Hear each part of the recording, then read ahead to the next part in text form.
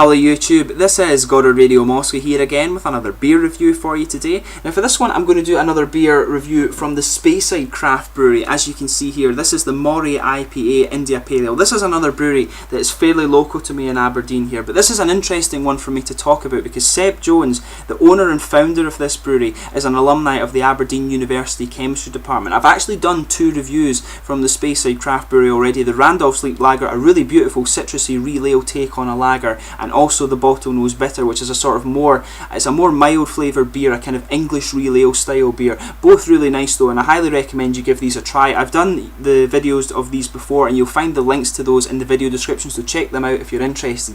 But not long after I posted the Randolph's Leap Lager video, I posted it to their Facebook page, and Seb actually came along to meet me, and he donated one of each different type of beer to me to review over the next little while for you. So a big thank you to him for doing that, and this is number 3 of 4. The Bofiddle Blonde beer will follow in the next few weeks. But anyway, as is usual with my beer reviews, I'll just take you through a little bit of a history of the brewery as I like to do, and I'll also tell you a little bit about the local area as well where this beer comes from, which is what I like to do with the Scottish craft breweries, just for the benefit of those of you watching outside of the country. But anyways, as is usual with my beer reviews, we'll just get started on the history, but if you are simply just interested in the tasting, then feel free to fast forward towards the last few minutes of the video and you will catch that particular segment. But anyway, this is another relatively new Scottish craft brewery, and it's from a little town called Forres in Speyside. But this region that this town is in can also be termed as Moray as well. But this is in the north of Scotland here, and it's a region that's very, very famous for its whisky distilleries. But just so those of you watching outside of Scotland know exactly where we're talking about here,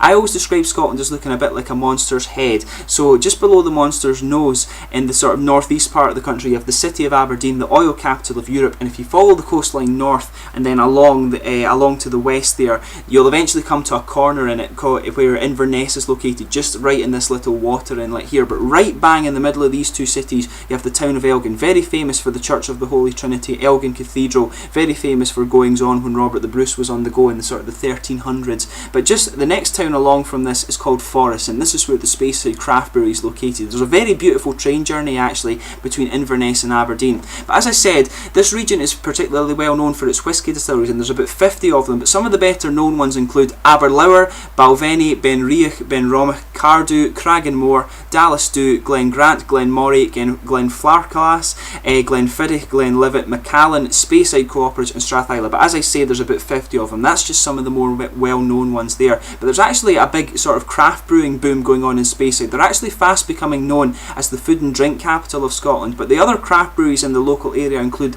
the Windswept Brewery in Lawson, a very, very good brewery. I've done a couple of their reviews already. There's also the Cairngorm Brewery in Aviemore, who I've done one of their reviews so far. And there's also Brewmeister in Keith, who I've not managed to review yet, but they're very interesting. They hold the record for the world's strongest beer. It was originally a 65% beer called Armageddon, but I've heard they've actually managed to beat this and produced a 67.5% beer as well. So I'll need to see if I can get a hold of some of their beers sometime. I've heard very good things about that brewery. But obviously there's other craft breweries as well in the Aberdeen and Inverness areas there.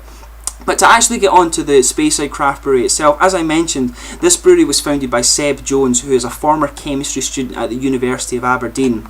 And apparently he'd been brewing on and off with his dad since the age of 13, and they used to experiment with various different home brewing kits. And the experimentation though apparently tailed off when Seb entered his senior years at high school and started playing music, but it was kind of rekindled when he went through the chemistry programme at the University of Aberdeen. Now when setting up the brewery, Seb opted for Moray as the location of the brewery, and he received funding from the Moray Business Gateway, which is a publicly funded organisation that helps businesses in the local area get off the ground. But he also received support from the Prince's Scottish Youth Trust, who gave him a loan to pay for training in the brewing process, which he did in Sunderland in England at Brew Lab. And Seb seems to have gone through various hurdles with different organisations to actually get the brewery off the ground, and he says that it was very difficult to get the funding, premises and equipment all to come together at the same time, and it took him a while to actually choose the premises that he has just now, and he needed investors to help him with this. And he said that despite the magnitude of the task that he'd taken on here, obviously a very, very big task to set up a brewery, he said that people were always always very, very enthusiastic about his vision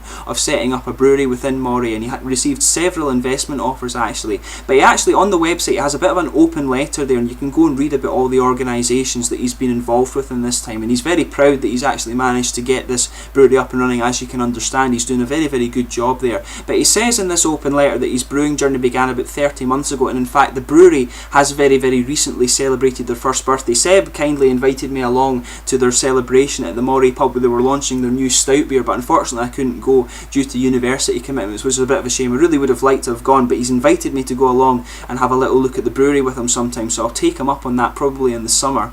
But the brewery website has a blog where you can actually keep up to date with the goings on at the brewery, although Seb says that you're better to look at the Facebook page, and I'll put the link to that in the video description as well as the brewery link as well. But the brewery's other beers include the Randolph's Leap Lager, named after the gorge on the River Findhorn, the Bottlenose Bitter, which is named after the dolphins.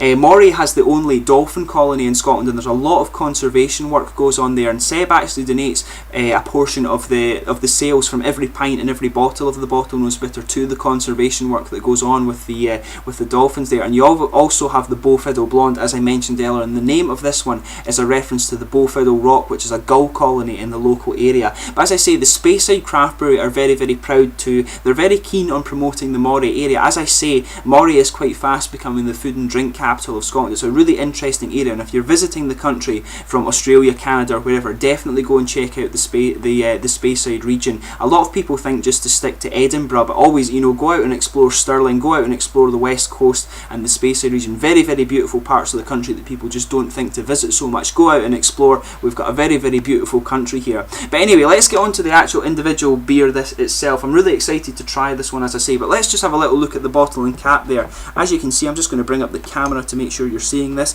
It's the similar labels to the other Speyside craft brewery beers that I've done so far. I actually really like the design on these. It's like a sort of scrunched up bit of paper here that goes around it. You can see this is just the top of a barrel, if you like. I think this, I'm not sure if this is meant to be a whiskey barrel, just to sort of symbolise that it's from the Speyside region, very famous for its whiskies. But as you can see, the S is made out of the dolphin, so obviously a reference to the dolphin colony that's in the region as well. I actually really like this, and each of the beers are different colours as well. You have the Randolph's Leap Lager is the yellow one, the Bottlenose Bitter is the blue one, and the Bowfiddle Blonde is the green one here, and they all have different coloured caps as well, just plain caps on this one, but they also have a little bit of a description on the side here as well. It says India Paleo IPA needed to be a highly hopped and slightly stronger beer to survive the long journey to India during the 1700s. Moray IPA is an ale made to make you sit up and take notice. With its citrus aroma and long bitters, it has all the characteristics expected from an India Pale Ale. And it also tells you a little bit about their marketing slogan here. It's against the grain, and it says against the grain will mean something different for everyone. For me, it symbolises everything that Speyside Craft Brewery stands for.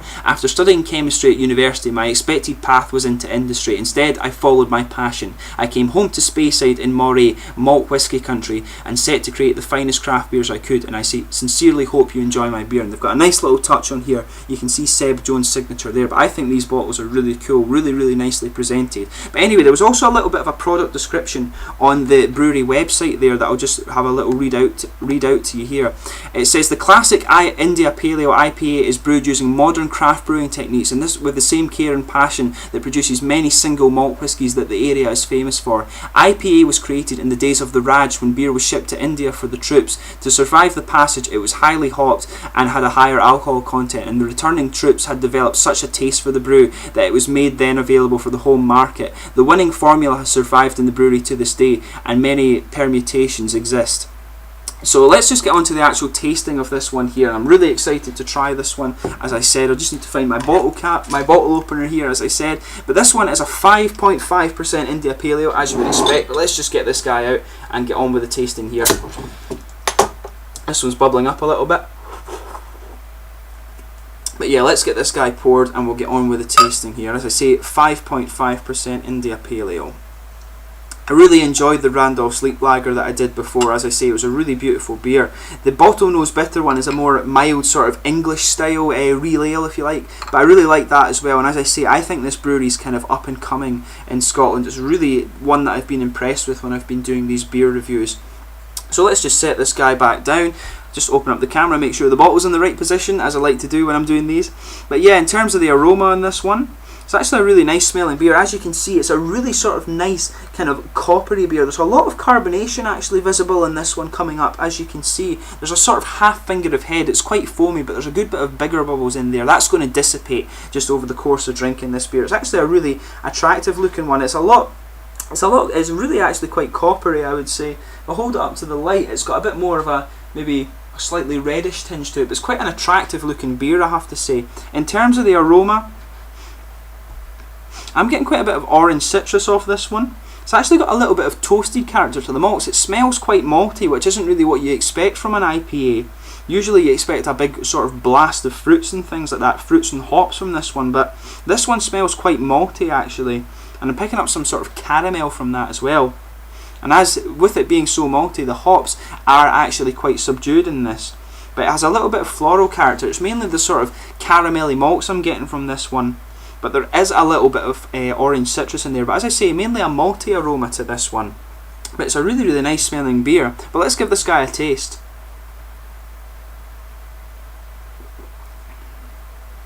I'm actually picking up the orange citrus again, but it is quite malty, as I say.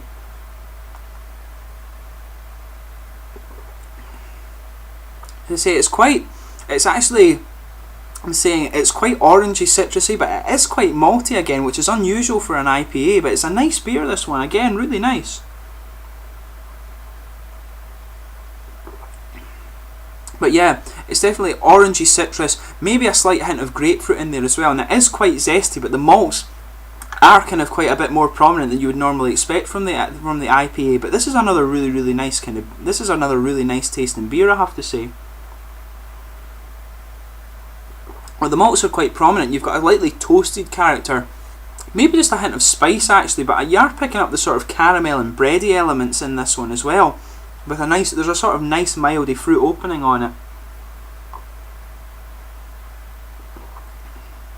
Yeah, it's a very malty IPA. It's really nice. You've got that little sort of subtle fruit opening where you're getting the orange citrus just with a little bit of grapefruit in there, and it's quite zesty actually on the opening, but then the malts are coming out and they're quite prominent. You've got a nice sort of caramelly element with a nice lightly toasted bread flavour to it, and there is just a little hint of spice character in there, and it's becoming a bit more bitter on the finish, I would say.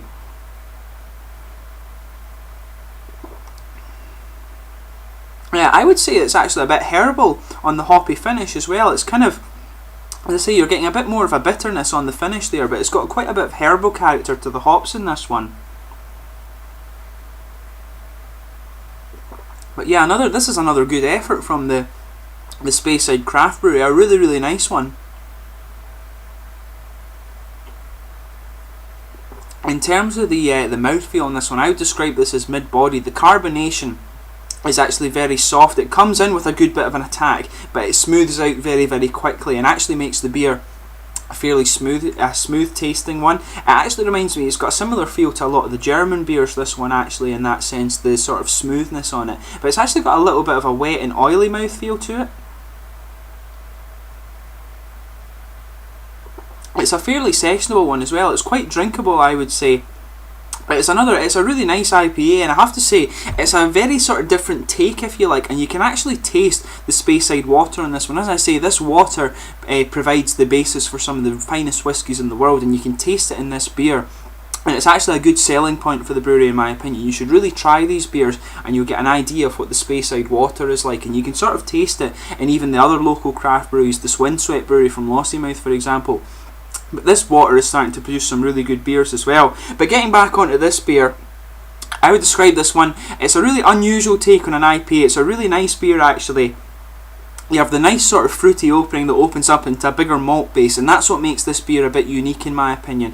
I think this is a really good one. So if you get the chance, I would highly recommend that you give this a try. And as I say, this is a brewery I think is going to be quite up and coming. They're going to just be releasing a new stout soon, and just in the new year here. So I'm looking forward to trying that as well, and I will be reviewing the Beau Fiddle Blonde in the next little while for you. But definitely give this beer a try. Anything from this brewery you're not going to be disappointed with. It's a really nice and up and coming craft brewery, only a year old, so there's great things to be expected from in the future as well. But anyways, I hope this beer review has been informative for you. As I say, I've enjoyed this one, so give it a try if you can. Please let me know in the comment section if you've tried this beer yourself. It's always interesting to hear different people's opinions on the beer. But as is usual, please like, subscribe, share, all the usual YouTube stuff. I hope you found the beer review informative and you've enjoyed it. I'll be back tomorrow with another beer review. I've got quite a few Scottish ones to go through for you over the next little while, so hopefully you'll enjoy that, and I'll catch you tomorrow with another beer review. You've been watching Goddard Radio Moscow. Cheers.